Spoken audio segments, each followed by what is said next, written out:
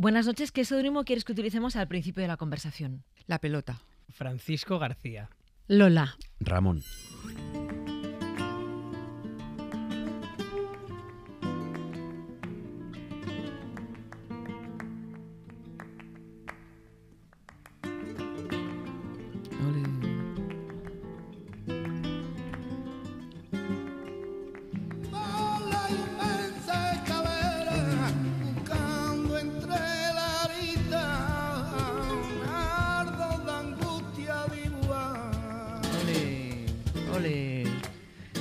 Qué genialidad, ¿eh? Qué genialidad. Enrique era un genio y era de otra galaxia.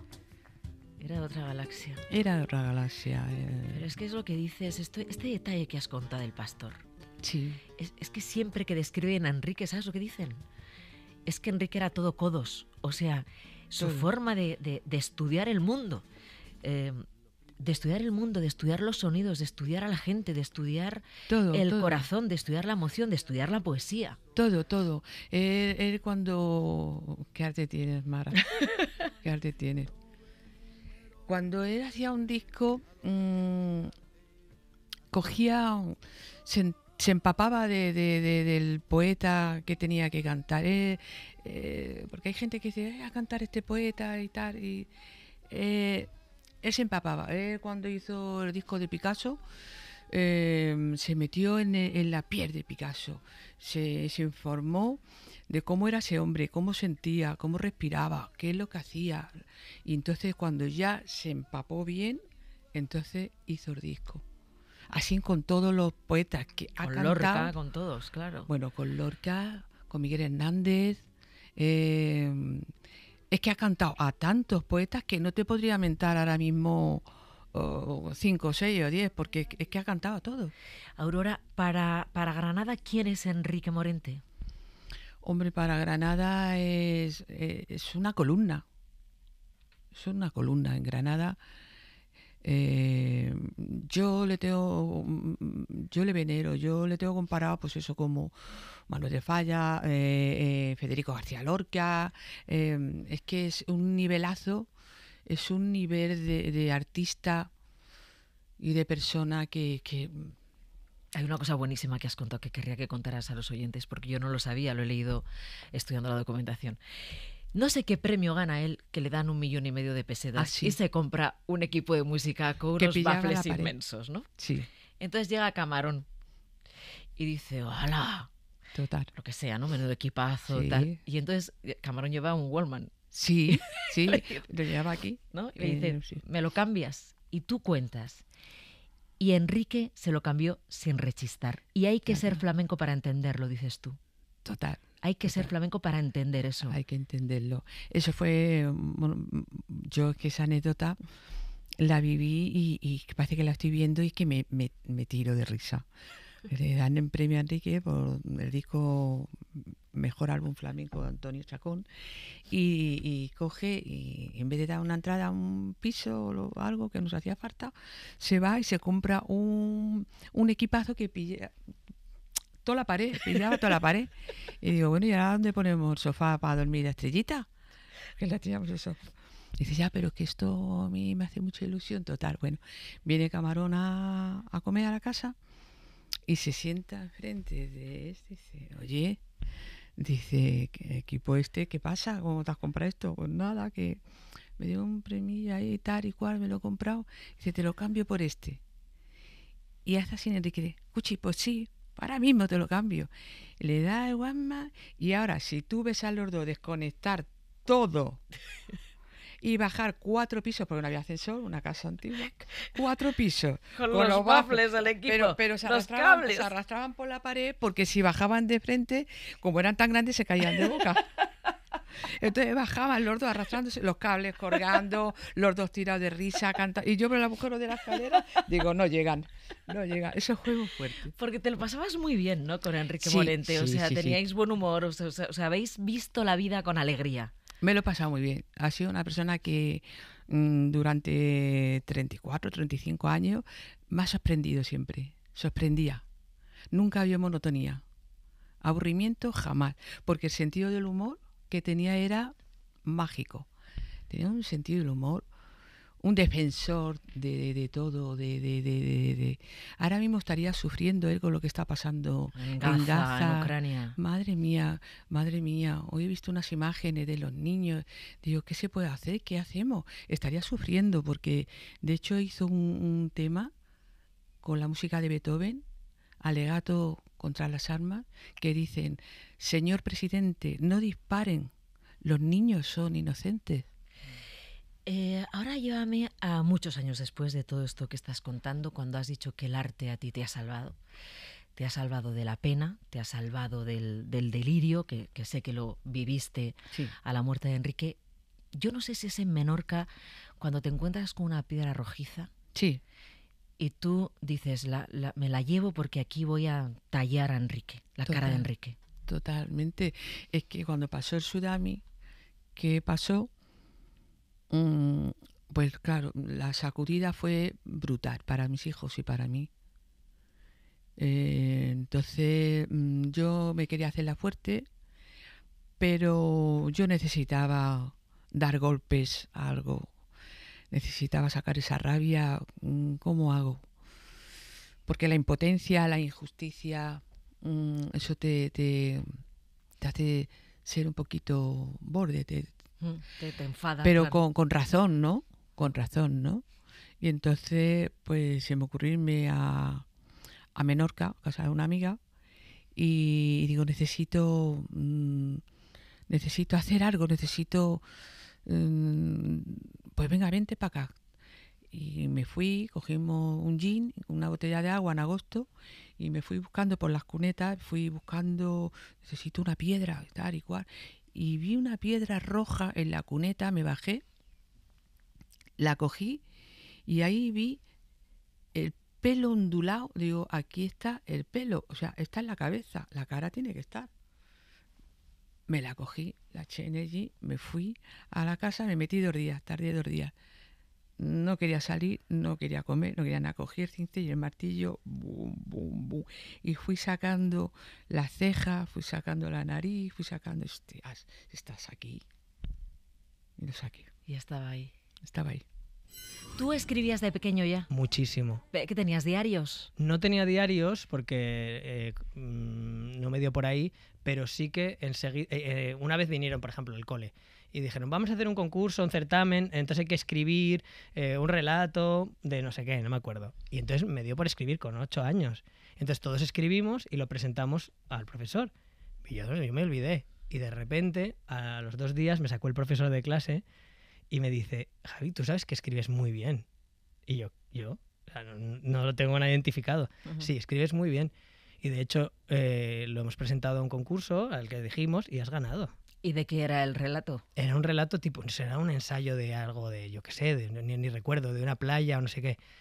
Y ganó y fue pasando fases y llegué a ganar un concurso nacional de Coca-Cola, de relatos, de cosas de esas que hacían. Sí, el concurso de jóvenes talentos de Pues Coca-Cola. yo gané el concurso ese. más longevo Creo que lo de relatos. no lo he contado nunca. Pues y gané ese con hace muy pocos años.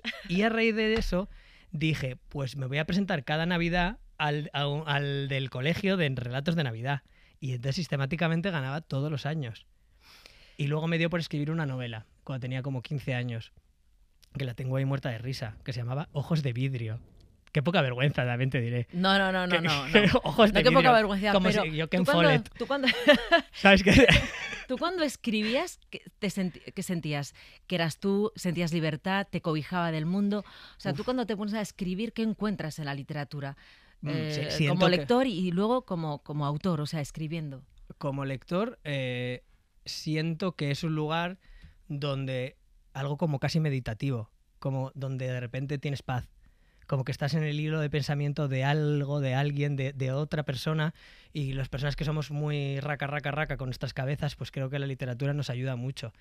Y como autor, como escritor, como guionista, encuentro algo que siento que se me da bien, que es algo que yo siempre he echado de menos, porque siempre era el que no jugaba al fútbol, el maricón que no hacía bien el deporte, el que tenía no sé qué, o sea, siempre he tenido complejos con mi cuerpo, el que era el delgado, siempre me he sentido mal, con la autoestima baja, y esto es un lugar en el que siento que cuando escribo digo, ostras, sé lo que hago.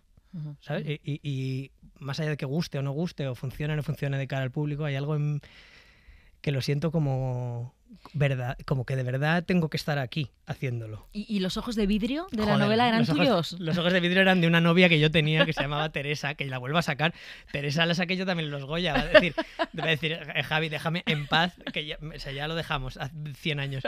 Pues eran los de ella. Sí, porque tenía unos ella. ojos como amarillos, como verde amarillo. Y entonces me dio por escribirle una novela inspirada en aquellos ojos. Fíjate qué romántico. Es que el proceso con mi hermana... para mí fue complicado porque claro, yo también quería ser actor y de repente ya empezó y de repente le empezó a ir fenomenal y a mí me estaba costando mucho y no arrancaba yo nada y de repente ella, todos los premios, tal. Entonces para mí fue un proceso de superar primero la frustración mía, la envidia que me pudiera dar y sanear todo eso a admirarla y acabar convirtiendo todo eso que siento por ella en La llamada, primero en el musical, en el teatro y luego en la película, ¿no? Pero fue un proceso complicado. Pero ese momento, lo recuerdo mágico. O sea, ver a mi hermana ganar la Concha de Plata. ¿Dónde estabas? Bueno, yo la vi en el patio de butacas. Claro, yo la vi porque nos invitaron con una invitación, pero yo no tenía dinero ni nada, ni mi familia. O sea, no te puedes pagar, no nos podíamos pagar ir a ver eso y a San Sebastián. Y entonces dijimos mi padre y yo, bueno, pues yo voy en coche, te llevo y dormimos en donde sea. Y entonces nos fuimos a un albergue a dormir esa noche, pero con 10 camas. O sea, pues, todo lleno de gente random y nosotros durmiendo ahí. Y entonces yo recuerdo, después de que mi hermana ganara la Concha, de darle un beso, irme de vuelta con mi padre a un albergue a dormir con no sé cuántos señores ahí y dormir y decir, hostia, o sea, del lujo a todo lo contrario. Y toda esa contradicción de que mi hermana de repente empezara a ser una superestrella y yo sentir que mi vida estaba como ahí, como en stand-by, ¿no? Pero, joder, fue el principio de todo. Gracias a que a mi hermana le fue tan bien, y luego el Goya y todo lo que pasó, luego ella me dio la mano. O sea, su generosidad, y si yo no hubiera tenido a Maca de hermana, mi carrera no hubiera ido como ha ido. O sea, ella fue la que abrió la puerta a que todo me pasara. Ella fue la que después de ganar un Goya dijo... No voy a hacer ninguna de las pelis que me ofrecen porque voy a hacer lo que tú quieras contigo. Es una generosidad increíble. Es como consigues que Isabel Pantoja cante Paquita Salas. ¡Wow! Es que por favor. ¿Lo cuento entero? Bueno, vamos a ver, ¿no había salido de la cárcel recientemente Isabel Yo creo Pantoja? que, no sé si tan recientemente, pero no sé, es lo primero que hizo algo así. Puede ser que lo primero, pero a lo mejor habían pasado un par de años, a lo mejor, no lo sé. Entonces, ¿cómo os venís en contacto con ella Pues, para que cante Paquita Salas? Se nos ocurrió, básicamente, pensamos, quien cantaría la sintonía de Paquita increíble, después de Rosalía, sería... Que eso también. ¿Quién puede ser que sorprenda, que sea espectacular, tal? Que una gran voz, la voz de España, ¿no? Y quién representa esa cosa como española, folclórica, y fue Isabel. Entonces, yo lo cuento todo, a través de Yusan, que era director de Qué tiempo tan feliz, de un programa de Telecinco, de Tiempo tan feliz, nos puso en contacto con su hermano. Entonces nos fuimos a cenar con Agustín. A cenar y hablamos un poco de todo. Y Agustín veía a Paquita Salas. Y ya también lo veía ella. Y entonces dijeron, no, sí, la hemos visto de sobra, nuestra Paquita, no sé qué. Y entonces estuvimos hablando con él, le contamos todo esto y entonces él se lo transmitió. Y entonces nos citaron un día en un hotel, como en un hotel de Madrid. Entonces subimos ahí a la habitación, estuvimos hablando con ella, se lo contamos. Nos reímos un montón y dijo, venga, va, pues sí. Y dijo que sí. Y entonces fuimos a un estudio ahí con la Sinfónica, con Luis Cobos, a cantarla. Y es historia ya, vamos. Lo que si hiciéramos una cuarta de Paquita Salas, yo ya no sé, digo, ¿quién puede cantar esa sintonía? Ya no se te ocurre, ¿no? Más que Isabel. Oye, Silvia, estudiando tu vida, me he dado cuenta de que es casi una aventura. Es una aventura. Desde, te vas de España a Holanda, a Londres, a Australia, ¿no? Sí. Con un novio. Pero a mí me gusta mucho este capítulo que te pilla en México, que estás estudiando el virus del papiloma humano. Muy interesante esto, porque tú has dicho muchas veces, hablando del virus del papiloma humano, lo que hago es salvar vidas, porque es verdad, es la vinculación del virus del que no hablaba nadie cuando nosotras éramos niñas, ¿no? Y puede derivar en un cáncer de útero. Entonces, en realidad es la prevención, el cuidado, estar atento, relaciones sexuales. Pero cuando a ti te contratan en México para dar una conferencia, que ese capítulo de tu vida me encanta, y tú crees que vas estar llenísimo aquello y te pones tu mejor vestido y te preparas a tope y ahí hay 10 personas. No. Cuéntame eso. Sí, además es que yo en Londres era mujer alfa, ¿no? Porque era directora regional para toda América Latina. Imagínate, yo era una para mí súper aburrida y acomplejada, y veía a las mujeres de mi edad y las veía como competidoras. Yo creo que esa faceta de mi vida no me gustaba. Entonces yo me arreglé toda, preparadísima, en un bar que me habían preparado. Perdón, porque esto era en Londres o en México. Yo estaba volando de Londres a México, y entonces en México me pasó, yo no bebo, o sea, en inglés, en Inglaterra me decían she's a cheap date, porque a mí con 2 copas ya estaba borracha, ¿no? Imagínate, y a la tercera bailando flamenco sin tener ni puñetera idea. Y entonces este chico me dice, después de 2 mezcales, me dice, ¿y tú qué te hubiera gustado ser en tu vida? Y yo ahí de supermujer, que tenía hasta chofer, llegué una puesta en escena cuando llegué a México y digo, pues a mí me hubiera gustado dedicarme a dar conferencias, ¿no? Y estoy trabajando haciendo investigación, bien aburrido. Y me dijo que me organizaba esta conferencia y te juro que me preparé. Me acuerdo que tenía un Prada de mujer espectacular, además, porque era súper pro, pero cuando andaba daba como un patí para mí. O sea, era un vestido hermoso y toda profesional, había preparado todo, y de repente yo me imaginaba una audiencia, todo el mundo, y de repente van 10 personas. Dije, leches, ¿qué hago yo aquí? ¿No? Pues, y además es que yo quería hablar situación, del vínculo entre el cáncer cervicuterino, ¿no? Y el virus del papiloma humano. Tú sabes que en muchos países, la gran mayoría de las mujeres en América Latina se contagian de virus del papiloma humano, y eso desarrolla cáncer cervicuterino, y es la principal causa de muerte de las mujeres. Sí.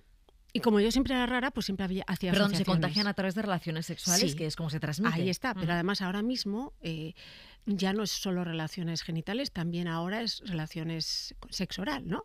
No, eres una profesional estrella, maquiabuena, ¿no? Quiero decir... Maquiabuena, el fin justifica los medios, ¿no? Además, es verdad que te caracterizas por ser muy clara, porque de eso va también la divulgación. No podemos hacer divulgación si la gente no nos entiende. Si estamos hablando y la gente pierde el interés porque no nos entiende. Pero hay una cosa que me ha gustado mucho, Silvia, y es cuando en ese momento en el que tú dices, no sé cuándo fue, este perro verde, esta niña rara lo ha conseguido. Por tu familia, o sea, ¿en qué momento tú dices, esta niña rara, este perro verde, lo ha conseguido? La primera vez, fíjate que, porque yo siempre, claro, empiezo ahí, lo hago, me meto con un programa de sexo, yo le digo a mi jefe, mire, el sexo es muy aburrido, le enseño a la gente logística, le quito sus ideas erróneas y hago un buen amante. Todos mis ex son buenos amantes, está comprobado. Pero yo quiero hablar de psicología y lanzo mi primer libro de psicología. Pero yo todavía no era consciente de lo que tenía encima, porque eran cámaras, ¿no? Y me dan la sala más grande de la FIL, que es la Feria Internacional del Libro de Guadalajara, que es la más grande del mundo, sí.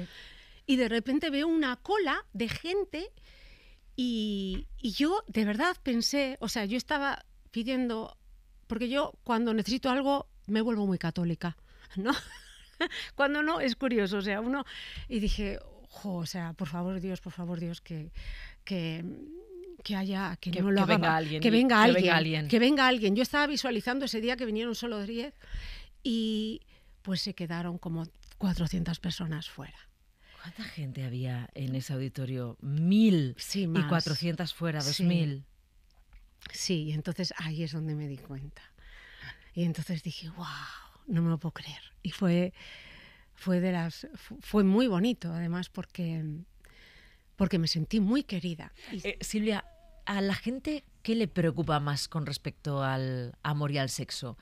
Que no se puedan desvincular, que no nos hayan enseñado a desvincularlo. O sea, las consultas que te llegan en general vinculadas con el amor y el sexo, ¿sobre qué tienen que ver? ¿Sobre la infidelidad? O sea, ¿cuál sería el top 3? O sea, las 3 cosas que más les preocupa a la gente. La gran mayoría de la gente tiene miedo al abandono. Y el sexo es o traumatizante para mucha gente. El problema es que ellos sienten que como el sexo es un trauma y más que un juguete es un dolor, pueden perder a la pareja por eso, ¿no? Y eso le pasa sobre todo a nuestra generación, ¿no? La gente joven, fíjate, les cuesta menos intimidar sexualmente que emocionalmente. O sea, la gente joven se me acerca porque no sabe acercarse emocionalmente a ese chico o esa chica porque no tienen habilidades sociales. Utilizan el sexo para vincularse emocionalmente. Sí, ¿no? que es al revés. Nosotros nos vinculábamos emocionalmente para tener sexo. Claro. Ahora ellos tienen el sexo para vincularse emocionalmente. Claro. Y dentro de nuestra generación el problema es que hemos creado muchos traumas alrededor de la sexualidad. Porque nos decían, primero, la sexualidad es parte de nuestra naturaleza. Es para mí como el comer, ¿no? Si a ti te dicen todo el día que no comas, vas a desarrollar un trastorno de la alimentación. Pero imagínate, tenemos ese apetito sexual.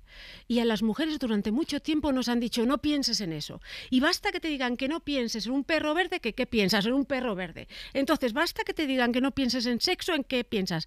En sexo. Entonces, tienes ya una relación culposa. Y ya tienes un trauma alrededor de esa faceta tan importante que es la sexualidad. Vincularse sexualmente con otra persona no es solo sexo. Sexo a solas es zumba. Para mí la sexualidad es el bailar. Yo ahora me he dado cuenta, fíjate, que la gente joven sabe poco de lo que es la parte erótica filial, o sea, el unir las dos, ¿no? Y yo siempre les digo, primero uno tiene que aprender a bailar solo, ¿no? Y yo cuando bailo sola me lo paso de rechupete. O sea, por la mañana me pongo las 3 canciones cuando estoy bajoneada, ¿no? Y estoy mal y digo, joder, qué día más malo he empezado o me he quedado mal. Mis 3 canciones. ¡Hala! Meterme y me pongo la Will Survive y yo solita como una puñetera loca. Okay, entonces bailar sola, yo sé bailar sola, ¿no?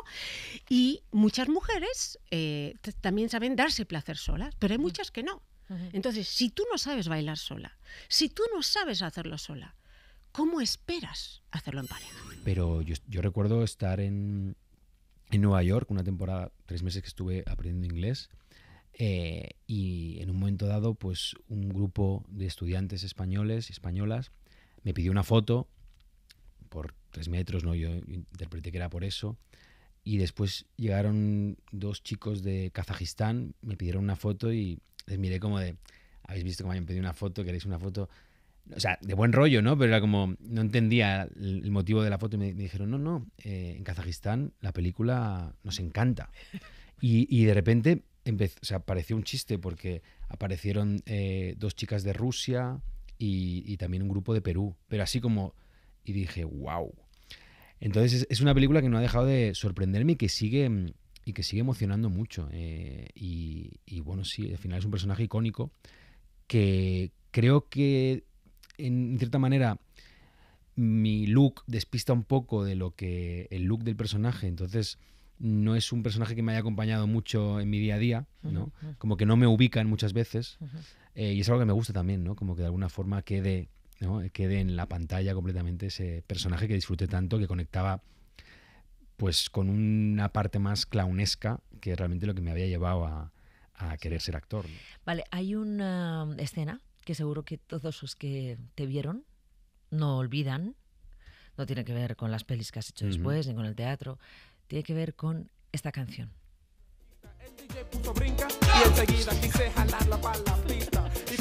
Wow. Fue tu primer numerazo. Buah, y tanto. Yo de verdad que no sé cómo tenía tanto arrojo, porque luego realmente era un niño bastante, o sea, muy prudente, muy educado, muy comedido, pero de repente entraba en el universo de la imaginación, la fantasía, el show, y me volvía loco. Esto fue en la comunión de mi amigo Tony, que me subía hasta una mesa a hacer un playback y un baile, que me la sabía la canción entera. Pero que te la sabías encima. Pero me la sabía completamente, o sea, era uno de los hits de mi vida. Y tengo una imagen también, y es esa imagen que yo creo que, bueno, habrá alguna foto seguramente, no sé si vídeos, pero creo que tengo la imagen hasta un poco disociada de que creo que me veo en esa mesa, ¿sabes? No, es que yo te estoy viendo. Yo no estaba en esa comunión y estoy viendo a ese niño que eres tú con un micro de mentira, sí, no sé de qué mentira. sería, O es que incluso pienso que ni hasta sin micro pero puede ser. bailando Claro, y todo, y vestido claro. de comunión. Y O sea, vestido de como que de repente comunión. como que me viene una imagen como de una boda trasnochada en versión mini, ¿sabes? Es maravillosa. ¿Tú cuándo tienes claro que quieres ser actor? Si es que hay un momento en el que dices, en mi camino va a ser este. Yo tengo muy claro el momento en el que tuve el pensamiento de que si eso podía ser una profesión, quería hacerlo. Que fue cuando me apunté al teatro extraescolar del cole, justo porque llegó una nueva profesora que como que revolucionó esas clases, ¿no? Como que de alguna forma, antes de que llegase, pues los profesores que estaban impartiendo esa extraescolar eran exalumnos que repartían una serie de personajes y hacían una obra final, pero esta profesora vino con ganas como de jugar, ¿no? Que yo creo que es la clave de la interpretación, y más siendo niño. Y entonces repartió unas máscaras de comida del arte, entonces empezó a trabajar desde ahí, ¿no? Y yo el primer año me convocaron al grupo porque yo hacía música, entonces de alguna forma me proponían que les acompañase, ¿no? en lo musical, ¿no? Pues al final la comedia del arte tiene mucho, ¿no? de musical para acompañar golpes de efecto y situaciones. Entonces me alucinó tanto que me apunté, no solo yo, sino todos mis amigos y mis amigas que estaban desconectados de lo artístico, de lo expresivo, pero evidentemente ahí se pasaba muy bien, ¿no? Y entonces hicimos una obra de teatro que era un work in progress, que éramos además pues tres niños o tres niñas por cada personaje, ¿no? O sea, habían tres tiranos, era un tirano de Bergerac. Era tirano de Bergerac. Sí. Sí. Y terminé empapado, o sea, sudando, y realmente fue como de verdad que si esto es un trabajo, yo quiero hacer esto. ¿Y el aplauso? O sea, cuando estabas haciendo esta obra de teatro con tres personajes, con esta profesora que de pronto marca un punto de inflexión en cuanto a tu relación con el teatro, ¿no? Hasta ahora parecía una cosa de aficionados, de repente se convierte en algo que te interesa. ¿Tú recuerdas el aplauso? Si el aplauso del público te dijo algo, o solo fue la preparación, el crear el personaje, porque luego tú eres muy meticuloso en eso, ¿no? En la construcción del personaje. O el aplauso tuvo algo que ver. Yo creo que en cuanto a lo de meticuloso, en ese momento, claro, como era un divertimento, ¿no? Y era como de estar muy presente, no lo recuerdo como una preparación, ¿no? De alguna forma. Y el aplauso, pues yo sí recuerdo que fue un despliegue de entusiasmo, ¿no? Y que sí que de alguna forma hubo un aplauso muy, muy caluroso, pero no fue algo que realmente me motivase. No fue eso. Lo que sí que recuerdo es que el año anterior, ¿no? Volviendo un año antes, ¿no? A ese porque la cosa es que hice ese acompañamiento musical, pero luego nos pidieron hacer un cameo. Entonces yo hice un cameo con la máscara de capitán, ¿no? Y tal. Y fueron eran 3 frases y cantar una cosa que ahora no recuerdo exactamente qué. Y sí recuerdo que un padre, que aparte era un padre de una niña de otro curso, o sea, no era del círculo, al salir y tal, no sé qué, me miró me dijo como de, muy bien, ¿eh? O algo así, como hubo como un reconocimiento que lo recuerdo nítidamente. Y eso sí que me tocó de alguna forma. Sí.